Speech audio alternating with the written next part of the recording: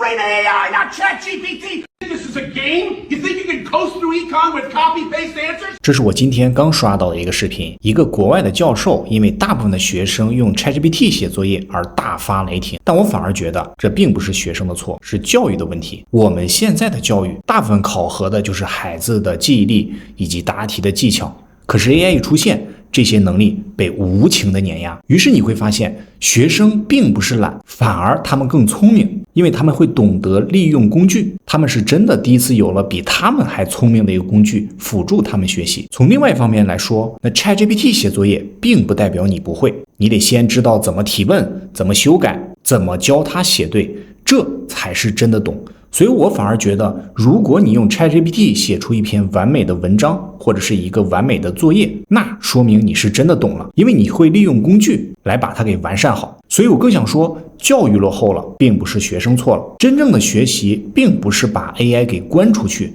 而是让它怎么样能辅助我们更好的思考，让我们更好的去利用工具。我们人类向来是擅长利用工具的，那从古代的钻木取火，包括古代的兵器等等，都是我们的工具，只不过我们现在的工具会更加的聪明而已。